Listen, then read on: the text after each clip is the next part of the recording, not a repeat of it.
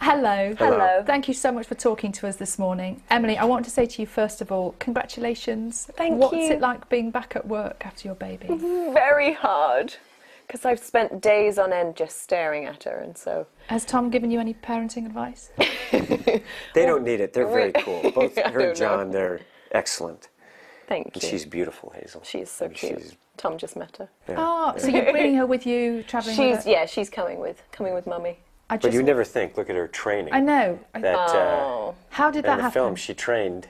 Well, I trained really hard for the film and wanted it to be a challenge for me and a stretch for me, and I just wanted the character to look really lethal.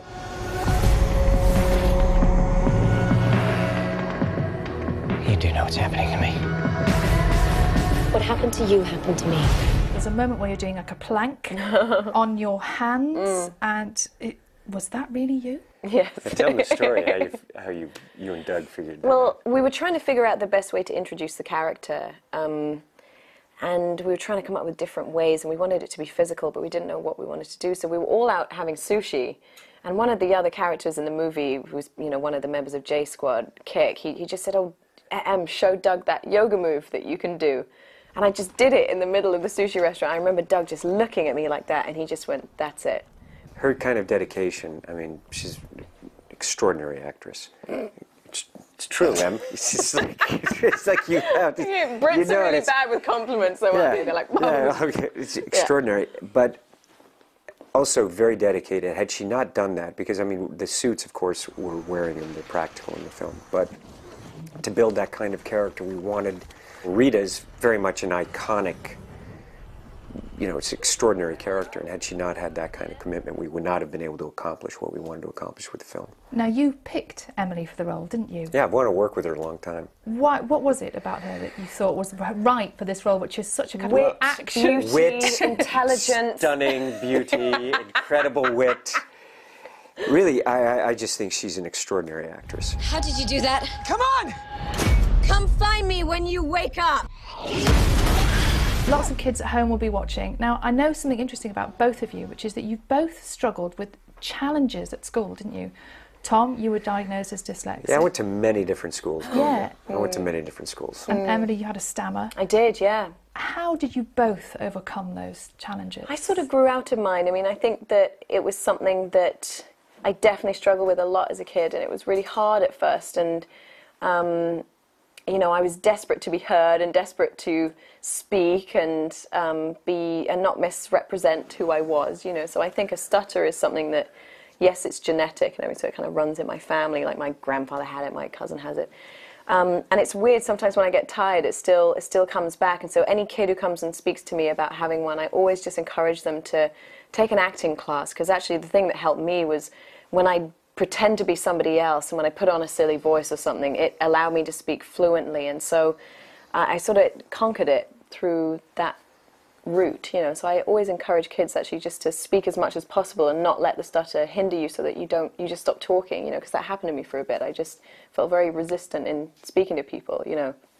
And look what you've accomplished. Look at that. It's true. Fluently. It's true. Speaking. No, I think, you know what, the things I always feel very fortunate, because I went to many different schools growing up, and I was lucky because I had many jobs growing up, and I guess the thing that I always worked towards was just learning many different skills and trying to become competent at it, no matter what it was. And I think that in our work we get to walk in other people's shoes and learn many different skills, whether it's flying airplanes or, you know, look at the kind of training that you did for this film, and learning how to do the stunts. Well, and the life kind is of about different overcoming things. things in many ways. It is, and you just, I think the important thing is just to work in life towards being competent at things in any area, and so I'm someone who, you know, I'm a pilot now, and I like flying airplanes and motorcycles and riding motorcycle cars. You can fly motorcycles. I can fly That's motorcycles. what an action You didn't know that. hero I am you releasing can it. fly a I'm bike. saying it for the first time,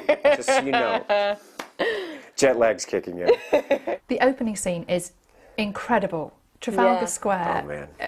Yeah. It's real, isn't it? It Yes. really happened. Yes, the Talk me RAF. through what happened.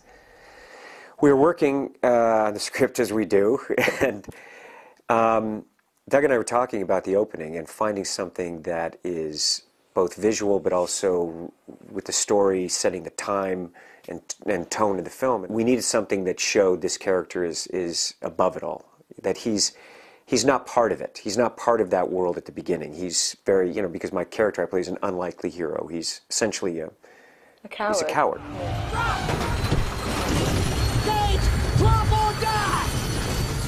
He's not a soldier. He's not a warrior. I mean, he'd be like, she's the soldier. She's the warrior.